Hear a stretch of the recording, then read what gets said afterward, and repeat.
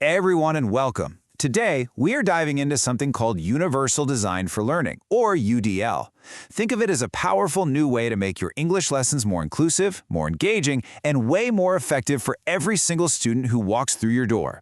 Let's figure out how to transform our classrooms together. You know, every EFL teacher gets this. Our classrooms are just incredibly diverse. And it's not just a feeling. The science actually tells us that this kind of learner variability is the norm, not the exception. We've got students from all kinds of different backgrounds with different strengths and totally unique ways of learning.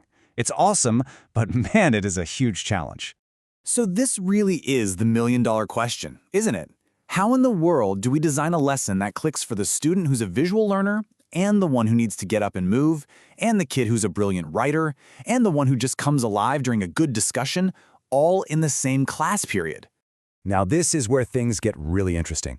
This slide totally reframes the problem. You know, we often start with equality, giving everyone the exact same book, the same worksheet. But we know that doesn't work for everyone. So then we try equity, right? We give some kids different boxes, extra support, and that's definitely better. But UDL asks a much deeper question. What if the problem isn't the student? What if it's the fence? What if we could design the lesson to remove that barrier from the very beginning? That is the absolute core of UDL. And that leads us right into this new way of thinking about lesson planning. Instead of waiting for a student to struggle and then reacting, UDL is all about being proactive. It's about designing our lessons to avoid those barriers in the first place. So what exactly is UDL? Well, officially, it's a framework. And I want to stress that it's a flexible framework, not a bunch of strict rules. It's designed to improve and optimize teaching for everybody, and it's all based on the science of how our brains actually learn. It accepts that student variability is just a fact of life. And check this out. This is the best way to understand the concept. UDL didn't even start in education. Its roots are in architecture. Think about a curb cut or a ramp. It was originally designed for people in wheelchairs, right? But who else uses it? Parents pushing strollers, travelers dragging heavy suitcases, delivery people with dollies, everybody. By designing for the margins, the architects made access easier for everyone. And that is exactly what we're trying to do in our classrooms. This quote, it just gets right to the heart of the UDL mindset. When a student is struggling, our first thought shouldn't be, how do I fix this student? It should be, let me look at the learning environment, my lesson, my materials, my classroom, and ask, what can I change here to help them bloom? So how do we actually do this?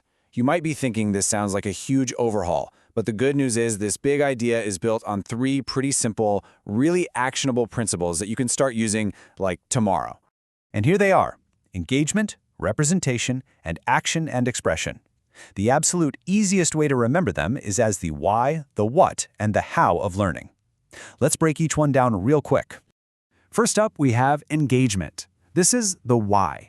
This is all about sparking that motivation and tapping into what makes your students tick. How do we make them want to learn the material? A huge piece of this is offering choices.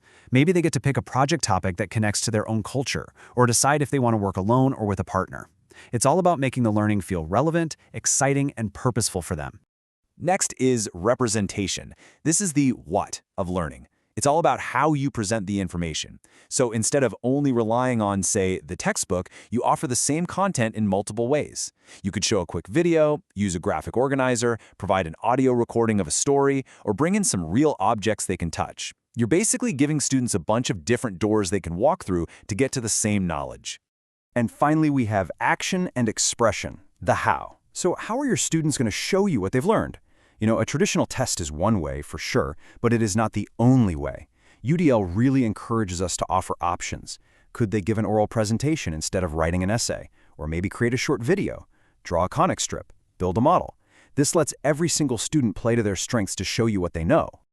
Okay, so that's all the theory. But what does this actually look like when the bell rings and you've got a class of students in front of you? Let's make it super practical. We're going to take a classic scenario, something every single one of us has taught, a vocabulary lesson on food. It's simple, it's relatable, and it is the perfect place to see UDL in action. Okay, just look at how easily the 3 principles fit right in here. For engagement, the why, you could kick things off by just talking about their favorite foods, or maybe use a recipe from one of your students' home countries. For representation, the what, you're not just going to write a list of words on the board. No, you're going to use flashcards with pictures, show quick videos of people cooking, maybe even bring in some real fruit. And for action and expression, the how, instead of just a quiz, what if they created their own menu? Or they could role-play ordering in a restaurant, or make a digital collage. See? It's flexible, it's way more engaging, and it's so much more effective. And of course, technology can be your best friend here.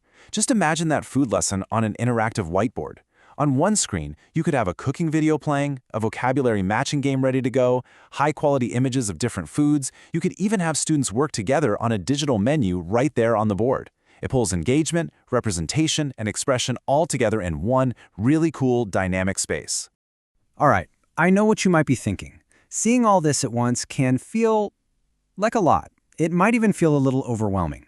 But listen, the journey to a UDL classroom does not happen overnight. The whole key is just to start small. It is so important to remember this. UDL is not about piling more work onto your already full plate. It is a shift in your mindset. It's about going from planning for some imaginary average student to planning for student variability from the very beginning. It's about providing choices and taking down those barriers to make learning possible for everyone. So what's the best way to begin? Just one. That's it. You don't need to throw out everything and start from scratch. In your very next lesson, just think, can I add one new option? Maybe it's letting students choose between writing a sentence or drawing a picture to show they understand a word, or finding a 2-minute video to go along with the textbook reading. That one little change is the seed that can grow into an amazing, inclusive classroom. So as we wrap this up, I'm just going to leave you with this question to think about. What is one new choice, one new little pathway to learning that you can offer your students in your very next class?